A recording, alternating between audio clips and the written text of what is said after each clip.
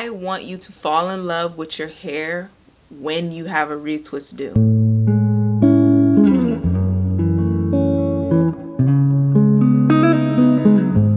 Whether you're wondering if you should get locks, you just started your locks, or you're wondering if you should keep your locks, this is for anybody. I'm going to tell you some things that nobody tells you about getting locks. Let's get into it. The first thing we don't talk about is how much money you save on hair care products when you start your locks. Most of the time, the routine is very simple. Shampoo, oil, mist, or shampoo, mist, oil. But in reality, you don't really need that many lock products, and in turn the amount of money that you save on hair care products lessens. The next thing nobody really talks about when it comes to starting locks is the parts and the width of the lock that you choose can only be changed through combination or starting over. So it is going to be changed to combination. That's essentially making your locks bigger.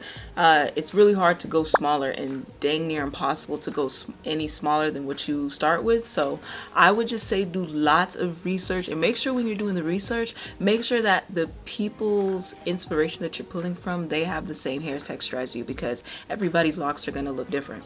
And I don't really talk about parts on my channel. I really don't talk about parts, but I have a freestyle part. Do so much research about the way you want your locks to look down to the root, because if you're gonna have somebody do it for you, you want to make sure that they know what they're doing, and you want to make sure that you don't have a middle part. Okay, boom. How much money you save by styling yourself. Once you learn how to style your locks yourself, maintain it, braids, curls, whatever, you save so much money. And if you have the time, even better. I feel like if you have the time to sit in a chair and you need to figure out, okay, where can I save in my budget? Definitely learn how to do it yourself. When you learn how to do your hair yourself, honestly, putting in a style and being like, okay, tomorrow I'm gonna do something different, is so much easier. There's so much freedom in it. And at least try to learn how to do a braid out. Even if you're like, I'm not retwisting my own hair, learn how to do a braid out, because when it's that vacation time and your loctician may be like, oh, hey boo, you can just quickly wash your hair, braid, let it dry, take it out. Learn. I'm telling you, learn. The next thing is how much time you save getting ready in the morning. So when I wake up, especially when I got myself a fresh pipe cleaner set in, I don't do my edges.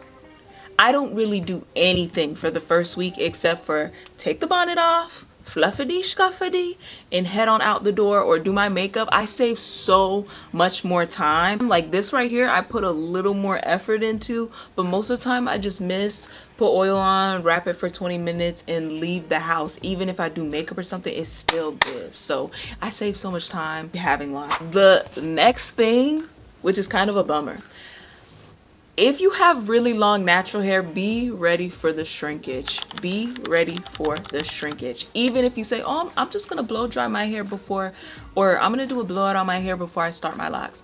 I'm gonna put a thing on the screen. I'm gonna put a picture on the screen of what my locks look like when I first started them. So be ready for that shrinkage and don't let it discourage you. My growth stage, my budding stage, was a lot easier on me because of how long my natural hair started. But don't let the length of your natural hair deter you. Just find something that works for you. The time in between maintenances may drive you crazy.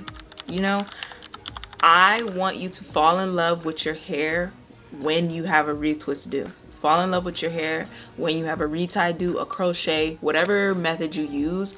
Fall in love with your hair. Speaking from experience, there was a point in my life where I didn't really like my hair when it was not like interlocked, and I would still go the time, right? I would still go the time, but for the last like week before I'm like, okay, I'm definitely due for an interlock, I would look at my hair differently than when it was interlocked.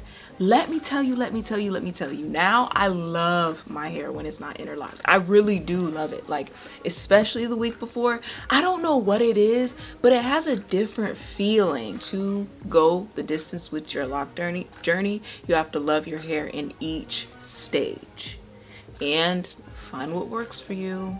That's it. For those who are constantly saying, oh, I can't wait till my hair gets this length, I can't wait till my hair gets that length, let me tell you, that phase in between, okay, when is my hair gonna drop, and oh my gosh, how did it get this long so fast?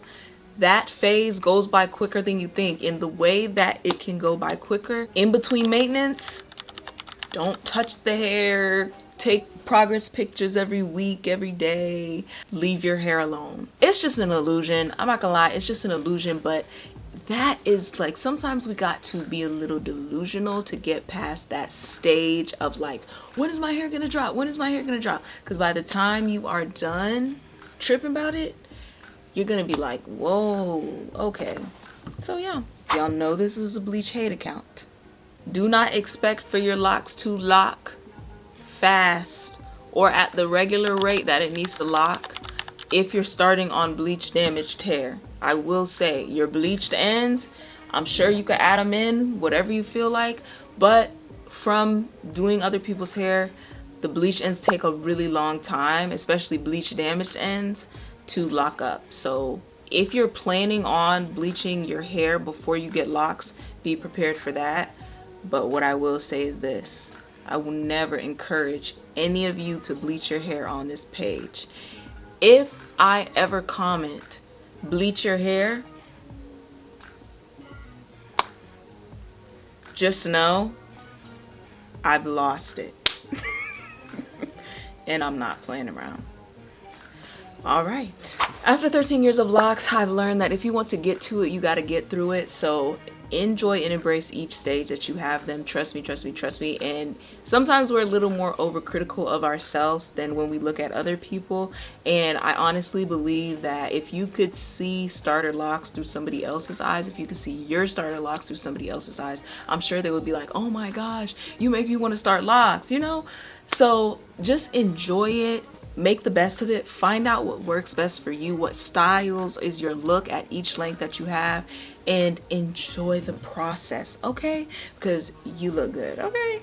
And when you look good, you feel good, and when you feel good, you do better. So do what you want to do. Make sure to subscribe so you don't miss my lock, lifestyle, and solo travel videos coming up. Comment down below. Let me know, are you thinking of starting locks? Did you just start your locks? Are you thinking of cutting your locks? Or are you just watching this because you might be trying to convince your friend to hop on the journey, hop on the winning team? Make sure to follow me on Instagram and all my social media so you can get more of my life outside of locks, and I will catch you on the next one, all right? See you soon. Bye. Don't sleep on the power of the locks. Okay.